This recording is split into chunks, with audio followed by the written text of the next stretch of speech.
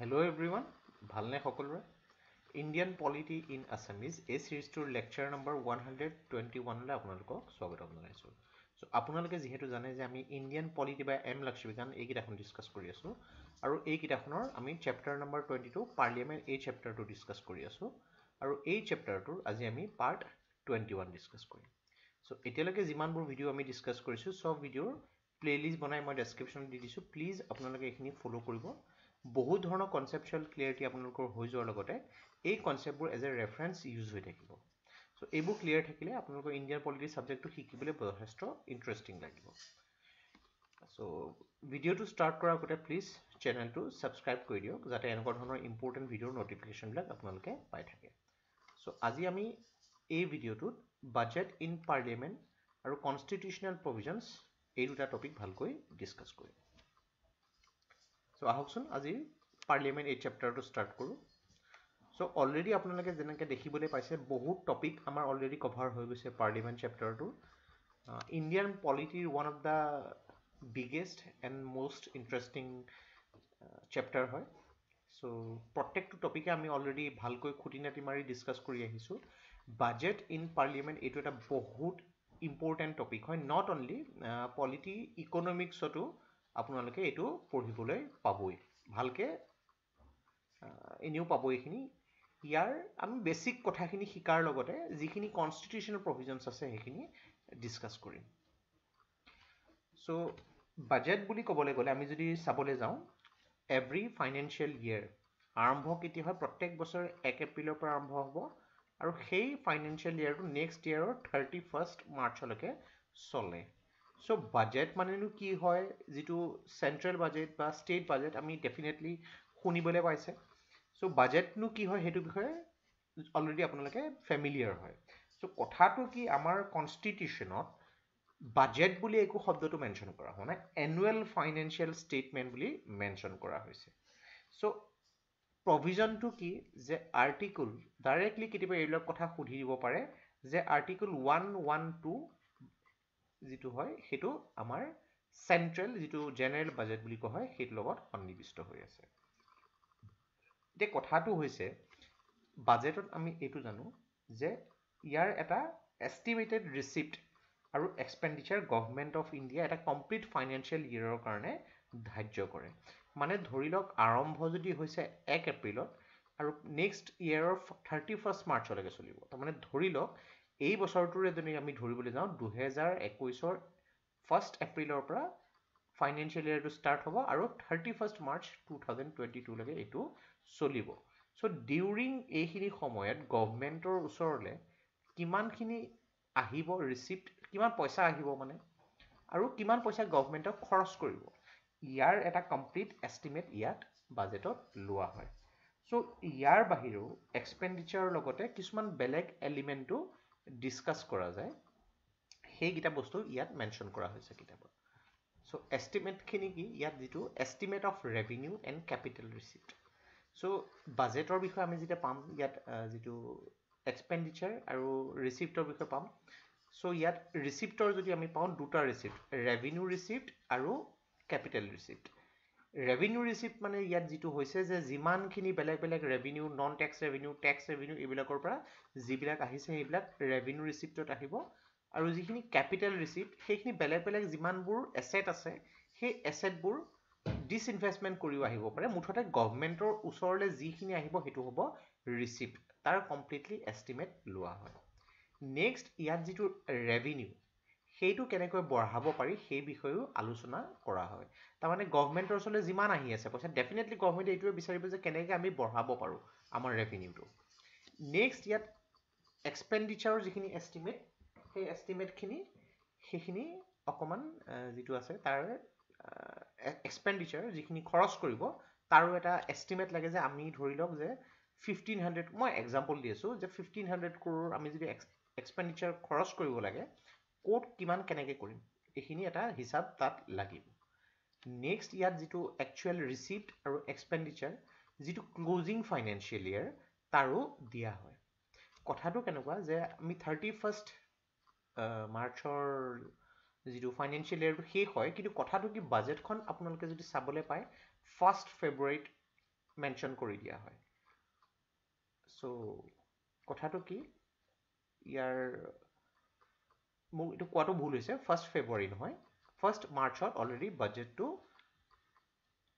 বেলেগ বেলেগ জেগাত ইয়াৰ টাইম মতে এক্সপ্লেইন কৰিম কিন্তু তথাপিতো এমাহ বা দুমাহ বাকী থাকে সো এই বস্তুখিনি যাতে নেক্সট ইয়াৰৰ ক্লোজিংটো যিটো সেইটো বস্তু ইয়াত মেনশ্যন কৰি দিয়া হয় আৰু তাত এইটো মেনশ্যন কৰি দিব লাগে যে ইয়াত ডেফিচিট যদি হৈছে কিয় ডেফিচিট হৈছে সাৰপ্লাছ যদি হৈছে কিয় সাৰপ্লাছ হৈছে ডেফিচিট আৰু সাৰপ্লাছৰ ডিফাৰেন্সটো যিমানটো সেইটো ডেফিনেটলি আপোনালোকে জানিব যে যিমানখিনি আহিছে আৰু খৰচটো যদি বাঢ়ি গৈছে সেইটো ডেফিচিটত যাব ডেফিনেটলি আৰু সাৰপ্লাছ মানে যিমান আহিছে সিমান খৰচ নাই হয় তেতিয়াহ'লে এইটো সাৰপ্লাছত থাকিব দেন ইয়াৰ বাহিৰেও বহুত ধৰণৰ ইকনমিক আৰু ফাইনেন্সিয়েল পলিচি যিটো গভৰ্ণমেণ্টে প্লেনিং কৰিছে সেইবিলাক মেনশ্যন কৰা হ'ব ইয়াৰ টেক্সেশ্যন প্ৰপ'জেল ক'ত ক'ত টেক্স বাঢ়িব বা কমিব যিখিনি ৰেভিনিউ আছে তাৰ প্ৰস্পেক্টখিনি আছে দেন স্পেণ্ডিং প্ৰগ্ৰাম হ'ল বা ইয়াত বেলেগ বেলেগ বিভিন্ন স্কিমছ নাইবা প্ৰজেক্ট যিবিলাক আছে সেইবিলাক ইয়াত মেনশ্যন কৰা হ'ব এই গোটেইবিলাক বাজেটত মেনশ্যন কৰা হ'ব অ'কে চ' ইয়াত আৰু এটা বস্তু আছে যে গভৰ্ণমেণ্ট অফ ইণ্ডিয়াৰ চাবলৈ গ'লে দুটা বাজেট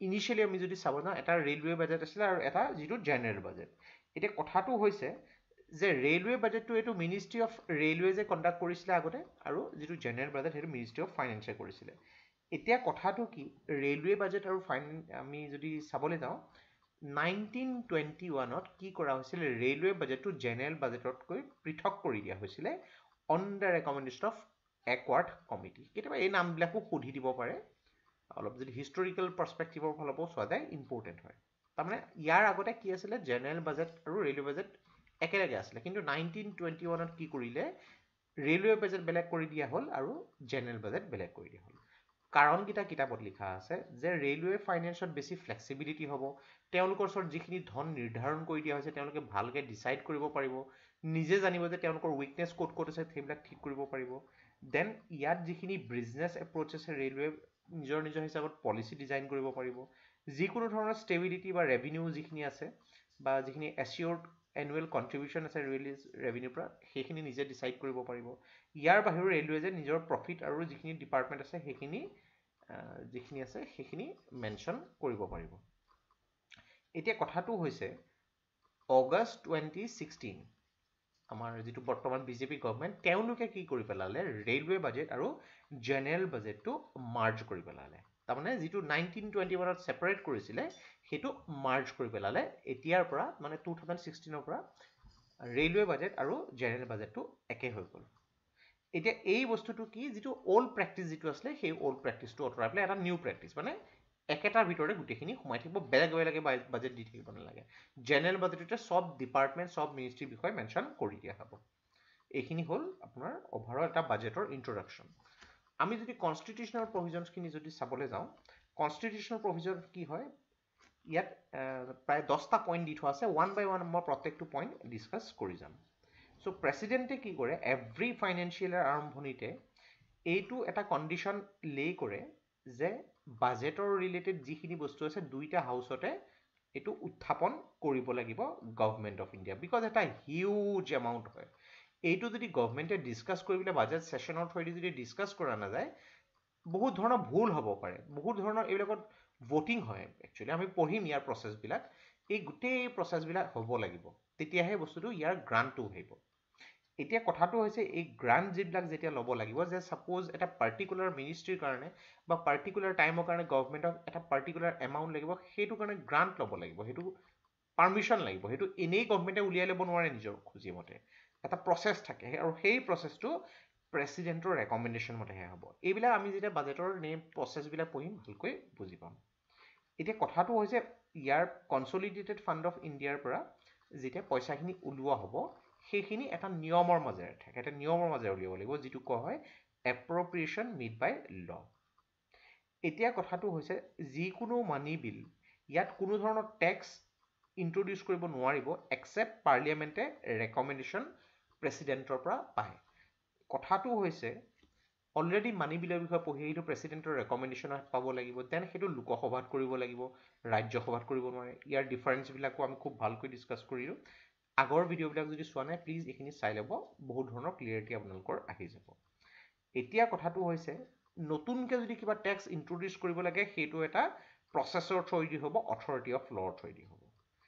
পাৰ্লিয়ামেণ্টে যিকোনো ধৰণৰ টেক্স এবলিছ কৰি দিব পাৰে, ৰিডিউচ কৰিব পাৰে, কিন্তু ইনক্ৰিজ কৰিব নোৱাৰে। আৰু ইনক্ৰিজ কৰা যদি প্ৰচেছ থাকে সেইখন এখন থ্ৰু এক্ট এমেণ্ডমেণ্ট কিছুমান কৰি পেলাই কৰিব লাগিব। সৰু সৰু যিবিলাক পইণ্ট আছে যিবিলাক কিতাপত একচুৱেলি মেনশ্যন কৰা নাই বা যিবোৰ ৰেগুলাৰ হৈ থাকে সেইবিলাক মই মেনশ্যন কৰি গৈছোঁ। কনষ্টিটিউশ্যনে ইয়াত বিভিন্ন ধৰণৰ আমাৰ যিখিনি ৰিলেটিভ ৰোলছ আছে দুইটা হাউচৰ পাৰ্লিয়ামেণ্টৰ সেইটো আমাৰ মেনশ্যন কৰি দিছে। অলৰেডি এইখিনি আমি ডিছকাছ কৰি আছোঁ, তাৰ ৰিভিজন পাৰ্পজত আপোনালোকৰ ভাল যে মানি বিল বা ফাইনেন্স বিল যিখিনি টেক্সৰ লগত ৰিলেটেড হয় সেইটো ৰাজ্যসভাত উত্থাপন কৰিব নোৱাৰে, কেৱল লোকসভাতে ৰাজ্য উত্থাপন কৰিব লাগিব। নেক্সট পইণ্ট কি কৈছে যে ৰাজ্যসভাই মানি বিল বা এনেকুৱা ধৰণৰ যিবিলাক গ্ৰাণ্ট আছে এইবিলাকত কিন্তু ভোটিং দিব নোৱাৰিব, তেওঁলোকে ডিছকাছ কৰিব পাৰিব। চ' এইটো লোকসভাৰ কাৰণে এটা প্ৰিভিলেজ হয়। ৰাজ্যসভাই মানি বিল বা যিটো ফাইনেন্স বিল আছে এইবিলাক কি কৰিব পাৰিব, এইবিলাকত কোনো এমেণ্ডমেণ্ট কৰিব নোৱাৰে, তেওঁলোকে জাষ্ট এটা ৰেকমেণ্ডেশ্যন দিব পাৰে আৰু এইটো লোকসভাৰ ওপৰত ডিপেণ্ড কৰে সেই ৰেকমেণ্ডেশ্যনখিনি মানিব নে নাই। আৰু তেওঁলোকৰ ওচৰলৈ এটা বিল যদি আহে সেইটো 14 ডেজৰ ভিতৰত তেওঁলোকে ৰিটাৰ্ণ কৰিব লাগিব with recommendation or without recommendation. যদি 14 ডেজৰ ভিতৰত এইটো ৰিটাৰ্ণ কৰি দিয়া নহয় কি হৈ যাব, লেপছ হৈ যাব, এইটো ধৰি লোৱা হ'ব যে এইটো তেওঁলোকে পাছ কৰি দিলে। নেক্সট 8 নম্বৰ পইণ্ট যিটো কৈছে যে ইয়াত যিখিনি এক্সপেণ্ডিচাৰ আছে সেইখিনি ছেপাৰেটলি দেখাব লাগিব, যিখিনি ৰিচিপ্ট কনচলিডেটেড ফাণ্ড অফ ইণ্ডিয়াৰ পৰা আহিব, ইণ্ডিয়ালৈ আহিব, আৰু যিখিনি ওলাই যাব গোটেইখিনি বস্তু ইয়াত ছেপাৰেটলি মেনশ্যন কৰিব লাগিব। বাজেটে যিকোনো ধৰণৰ ৰেভিনিউ একাউণ্ট বেলেগ বেলেগ এক্সপেণ্ডিচাৰৰ পৰা যিখিনি আছে সেইখিনি ডিষ্টিংগুইছ কৰি দেখুৱাব লাগিব। Next consolidated fund of India submit কৰিব লাগিব যিটো ভোট অফ পাৰ্লিয়ামেণ্টৰ হিচাপত হয়, আৰু ইয়াত যিকোনো ধৰণৰ ডিছকাশ্যন পাৰ্লিয়ামেণ্টত কৰিব লাগিব। চ' চাবলৈ গ'লে বাজেটৰ যিখিনি কনষ্টিটিউশ্যনেল প্ৰভিজনছ গোটেইখিনিয়ে মেনশ্যন কৰা হৈছে। ইয়াৰ পিছত আমি নেক্সট যিটো পঢ়িম চাৰ্জ এক্সপেণ্ডিচাৰ। কিনো হয় চাৰ্জ এক্সপেণ্ডিচাৰ, যিবিলাক চাৰ্জ হ'বই হ'ব। বাজেটৰ যিখিনি ষ্টেজেছ আছে সেইখিনি আমি ভালকৈ ডিছকাছ কৰিম। বহুত সৰু সৰু পইণ্ট আছে ইয়াত, যিবিলাক গ্ৰাণ্ট আছে সেই গ্ৰাণ্টবিলাকৰ ওপৰত আহিব ডিছকাশ্যন। চ' ভেৰি ইণ্টাৰেষ্টিং হয় এইখিনি, বাজেটৰ প্ৰচেছটো আপোনালোকে ভালকৈ শিকি যাব। চ' এই প্ৰচেছটো কি হয় আমি জেনেৰেলি জনা নাথাকে, কিন্তু জনাটো প্ৰত্যেকটো ইম্পৰ্টেণ্ট, বিকজ সৰু সৰু পইণ্ট ইয়াৰ পৰা আহিব পাৰে, আৰু জানি থাকিলে আপোনাৰ ডেফিনেটলি ইকনমিক্সতো বহুত হেল্প কৰিব। চ' খুটি নাটি মাৰি পেলাই ডিছকাছ কৰিবলৈ চেষ্টা কৰিম প্ৰত্যেকটো পইণ্ট। যিমান আপোনালোকৰ কিবা ডাউট থাকে প্লিজ আমাৰ কমেণ্ট বক্সত লিখিব পাৰে, সাধ্য অনুসৰি তাৰ ওপৰত উত্তৰ দিবলৈ চেষ্টা কৰিম। চ' আজি এই ভিডিঅ'টোত ইমানেই, নেক্সট ভিডিঅ'ত পুনৰ লগ পাম। চ' ভিডিঅ'টো প্লিজ লাইক কৰিব, ছাবস্ক্ৰাইব কৰিব আৰু শ্বেয়াৰ কৰিব। So' take care, thank you and জয় হিন্দ।